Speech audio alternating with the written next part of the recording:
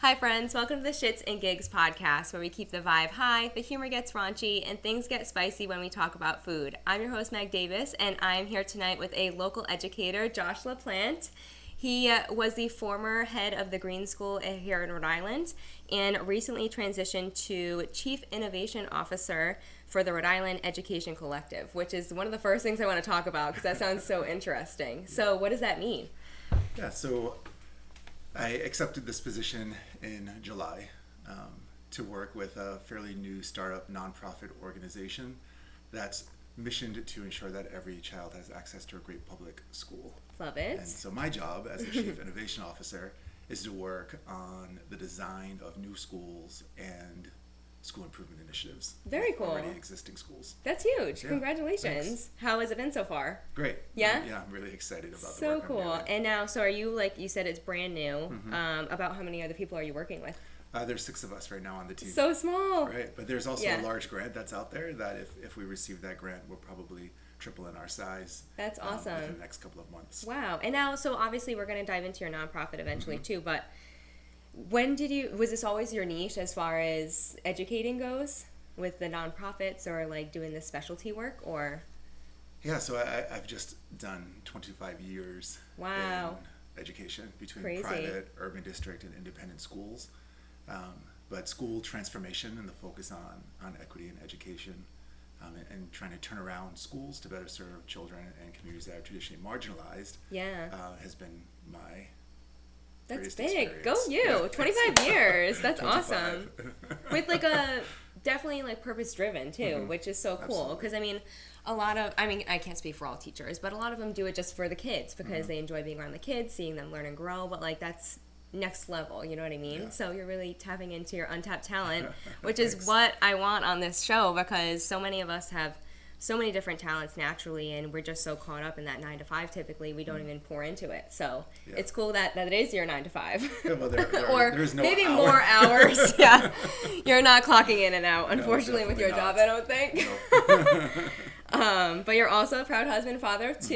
Your Yes. son is going to Endicott, Yes, as sporting stated. big I love it. And your daughter's sophomore, you said, Yes. in high school? Yes. Love it. And she at Greene or? No, she's at Narragansett High School. Oh, wait. Greene was middle school, right? Or No, Greene is high school. Oh, it is That's high where my school? son graduated. My Gotcha. daughter's at Narragansett, and she's at Oh, a tennis okay. match right now. Oh, go her. I used to play tennis. Oh, It good. was Yeah. a good time. I'm sorry that you're missing that. That's okay. Thanks for letting Dad come tonight. But why I really invited you on, not only are you an incredible educator, but you have this mission work that you're doing with Tanzania, Africa. He is, of course, a customer at Elevated. We have so many people that are incredible that walk through those doors, and just because we're the bar raised up behind the bar and we get to chat it up if we choose to, which I always love to dive into conversations because I'm a chatty Cathy, but we had gotten talking about your nonprofit that you just got started, which is huge. And after talking to you a little bit about it, it's called Global Rise, and it's in partnership with the Tanzania locals, which is like a bigger picture thing again, so cool. And what you had mentioned you really loved about what you're doing is it's more connected to the communities, and it's not just like the U.S. sending them money or like first aid kits and like these superficial things that aren't really impacting. So that's really cool. So to warm things up tonight, how did you get started with the Africa trips and stuff? You said the first one was Nicaragua in 2013. Yeah, so when I was in one of my previous schools, I had the opportunity to travel to Nicaragua with an organization called El Campo International. They were from Colorado. We were connected with a mutual friend here in Rhode Island. And I spent a week in Nicaragua in a homestay. So I lived with a local community member. Wow. That's so cool. And we had a group of students with us working on a nutrition and income sustainability program. Neat. And it was pretty amazing. And then it wasn't until 2017 that I traveled for the purpose of service again. Okay. And that's when I went to Tanzania for the first time with the students from the Greene School Oh, really? as part of our annual international travel program. So cool. And Yeah. did you start that program there? No, that was there before I arrived. Gotcha. Still Well, so continuing. efficient Yes, for your yes. purpose. I love it. But, yeah, we went in 2017. There were 12 of us who went, a group of students and a So small cool. group of adults. Yeah. And we were working on repairing a classroom, cementing floors. Oh, so and cool. working with students. We were living in tents on the school No property way. during that time. That's And we crazy. connected with locals, and I've stayed in contact with them since. And Yeah, so cool. And that's kind of what was the building blocks to what the nonprofit is now, right? It was, yeah. And is it still the locals that you initially connected with? It is. What a full circle moment. That's so cool. And so I stayed in touch with them after we left in 2017, and then in 2018 I decided to go back and bring my son. Oh, who at the cool. time he was only 12. No way. And after I was going through the planning process, I reached out to them and said, I think we're going to come back. What do you think of this itinerary? And they said, stop. We will plan it for you. Oh, so cool. And so we just started building relationships from there. And I love that. I've been going many times since. Yeah. So what I'm catching on is like you're kind of like me in the way that you're like an opportunist. Yeah. Like you make those connections and you see the bigger picture in it and you just go for it, which is so cool. And it's neat to see like what you've been able to build because of that. So as far as the nonprofit goes, what are like the first steps in even doing that? It's kind of a big idea that I would not even know where to start. Yeah, so a little backstory. When I took my son, we were very much involved in a school community called Old Us Primary School. Mm-hmm. That's where we visited when I went the first time. We went back when I took my son, and we got to teach classes, engage with the children, organize programs. Yeah. And then the conversation that we had with the head of school at the time and the friends that I've made, initially it was, well, how can we support a couple of these kids, maybe buy them some uniforms? Because even though education is free in Tanzania, students are still responsible for purchasing uniforms. Okay. Which, you know, for us, a $50 uniform that includes shoes, socks, a skirt or pant, shirt, sweater, and backpack is just under $50. Yeah. But in this community, the average weekly income might be $5. Yeah, so almost impossible for some families, especially if they have more than one kid. Yeah. And so when I offered that opportunity, they said, well, it's really hard to pick, you know, the 2 or 3 students because there are so many in need. Yeah. And that's when the idea of an organization came up. Yeah. And you're like, it needs to be bigger. Right. Yeah. And then we started the conversations, and the friends that I have there, one is a very more traditional Maasai, remember the Maasai community, and another is, we joke and call him the city Maasai because he's much more modern. Got it. We were brainstorming ideas and really thinking about the possibility, then COVID came. Oh, so everything was on pause. And, that's right. Yeah, that was all pre-2020. So we thought it wasn't going to happen. Right. And then in 2022, I went back again with my family after doing a major fundraiser to outfit the 98 students in that community who needed it. Wow. Yeah. Go you again. Crushing it. And then from there, we came back and we were committed to doing it. And then last year, we established ourselves as a formal 501c3 That's nonprofit. Awesome. Congratulations. Yeah. And so is your wife enrolled in the nonprofit also? Yeah, so it's my whole family's a part of it. Yeah. On paper, it says that my son and I are the co-founders. So cute. Yeah, but my daughter, I took her last year, last April. Just her and I went, and we did a smaller project. We established a new relationship with a Lusingiri community primary school.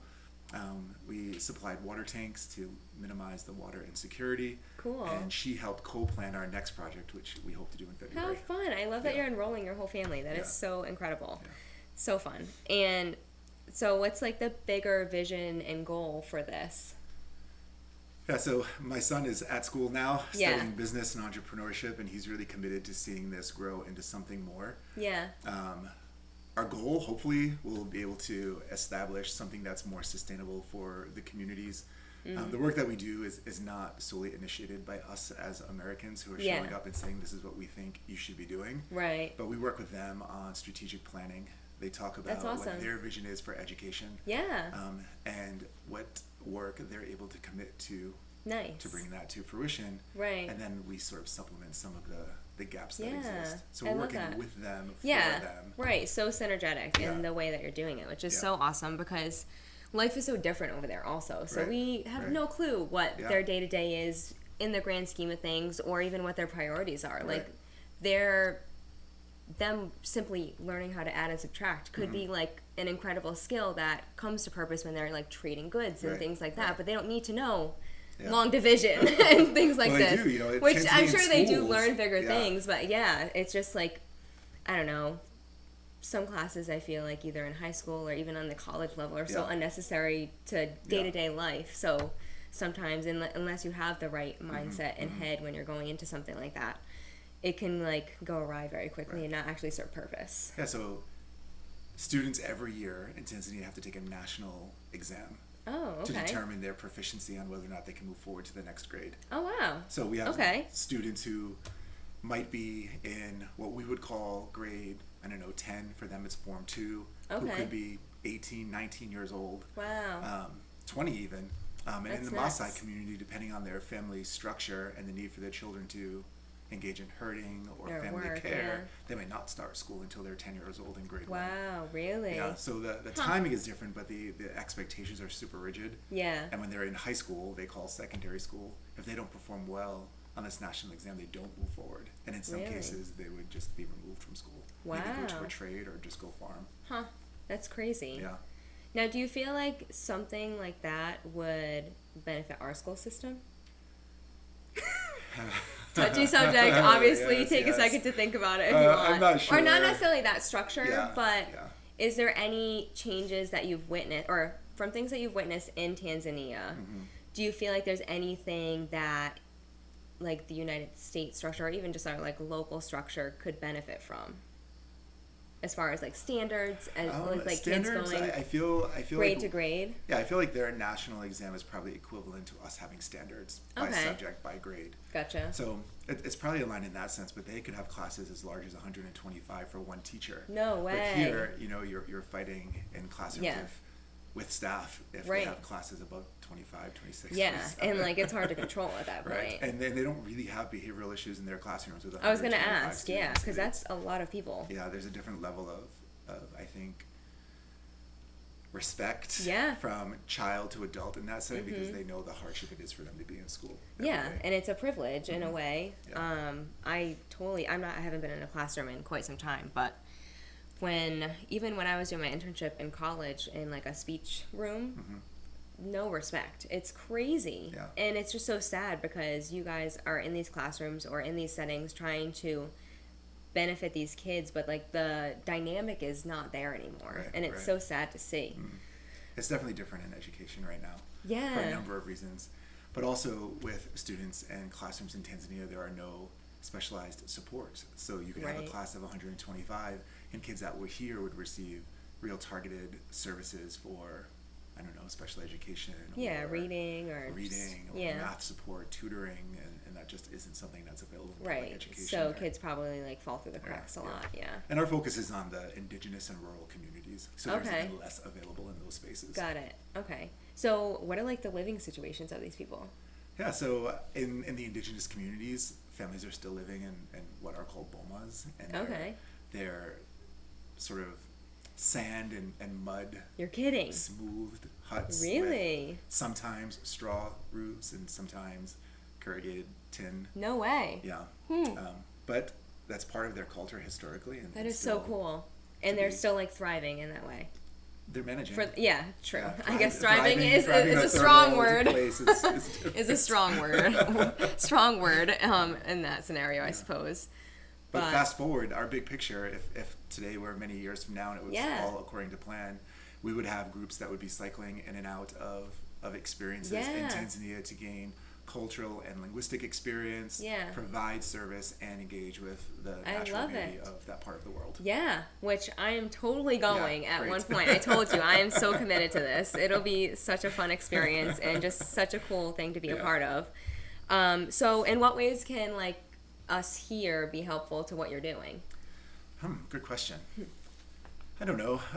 We're just starting out. We became an organization at the end of December, so just the Okay. start of this year is where we Gotcha. became an official 501c3. Nice. So I think just sharing the word that this organization exists with the Yeah. mission that it has, and the mission, also to be clear, is around breaking barriers to education. So we want to uplift communities through education reform. Yeah. And by education reform, I don't mean that we want to push an American style education, but we want to support the students who are engaged and the Yeah. families who want their children to be engaged in education by Right. removing those barriers, whether it's uniforms, water access, even reforestation efforts. We've done projects there where we've done major replanting Oh, wow. of local Okay. vegetation and acacia trees. So cool. To create shade and moisture and Interesting. Bring back some of the biodiversity that's being depleted because of the change in climate. Right. That's so cool. I would never even think of all those other things outside of the classroom. Yeah, we're gonna outfit a kindergarten classroom in February with brand new desks. We're gonna support the construction, and everyone we hire to do the work, whether they're making uniforms or building desks, are all local people. I love that. that. So we hired people to actually cut and stitch fabric to make the pants and the shirts for and the skirts for their uniforms, and a cobbler to make the shoes. Yeah, that's awesome. Yeah. Oh, wow, I love that. Yeah. So and it's just really like with the people. Yeah, right. And part of their it's community. obviously going to benefit their economy too. Yes. Hopefully, big picture, Absolutely. Because they're gonna all be pouring into this. That's so neat. Yeah, and the moms there, there's a major beading practice in the Maasai community. It's their way of creating jewelry. They do bowls and dishes and so cool. boxes and earrings, necklaces, bracelets. So we tend to take some of that back too, and either gift it or as we develop other fundraising events, hopefully sell them. Yeah, or use fundraiser. Yeah, I love that. So cool. I can't wait to experience this one day. So maybe you should host a fundraiser. Absolutely. And I can come and talk to all of the club people. I mean, I'd be happy to do that. Yeah. I also, fun fact, host a cardio drumming class. So that's usually something fun that we could co-collaborate on. But Absolutely. I would love to do that with you. Yeah. Absolutely. Anything else you want to shine light on as far as the project goes, or even local stuff going on for you?